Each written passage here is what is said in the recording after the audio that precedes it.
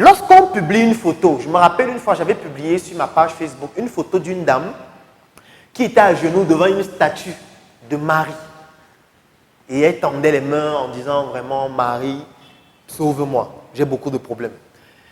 Et j'écris donc en texte associé à cette image, expliquez-moi pourquoi, ou plutôt expliquez à cette femme pourquoi ça ne sert à rien ce qu'elle est en train de faire et que Marie c'est des balivernes.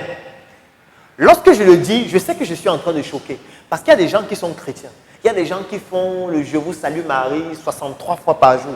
Et directement, quand on s'attaque à Marie, pour eux, c'est comme si c'est eux qu'on attaque en fait.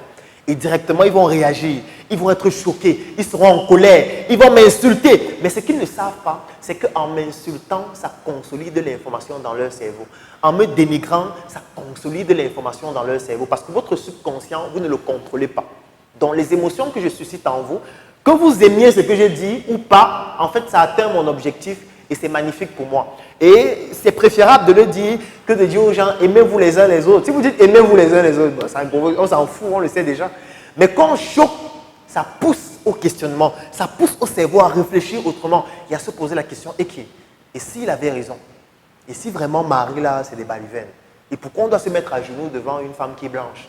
Et pourquoi Jésus, toutes ses représentations, c'est un blanc? Et Jésus même d'abord, qui l'a vu? Pourquoi on tourne un film où il y a quelqu'un qui représente Jésus et dont il y a les statues dans les maisons des gens? Donc en fait, on a décidé d'axer notre idéologie sur ce type ou alors sur cette forme de communication avec l'émotion de la colère afin que ça puisse facilement débusquer ou plutôt mettre en relief les personnes qui réellement adhèrent à cette idéologie-là et souhaitent nous accompagner dans notre aventure. Ça ne sert à rien de vouloir convaincre tout le monde. C'est inutile, ça vous fait perdre du temps. Au lieu de vouloir convaincre 100 personnes, c'est mieux d'identifier parmi ces 100 personnes, 5 personnes qui vont vous générer 80% de votre chiffre d'affaires au lieu de perdre du temps avec les 100 personnes. Et pour pouvoir identifier ces 5 personnes, qu'est-ce qu'il faut faire? En fait, il faut choquer. Il faut provoquer des émotions. Il faut provoquer des émotions au point où ces 5 personnes-là se sentent totalement concernées par ce que vous faites, au point de se jeter pieds et mains liés dans ce que vous faites pour vous accompagner dans votre aventure.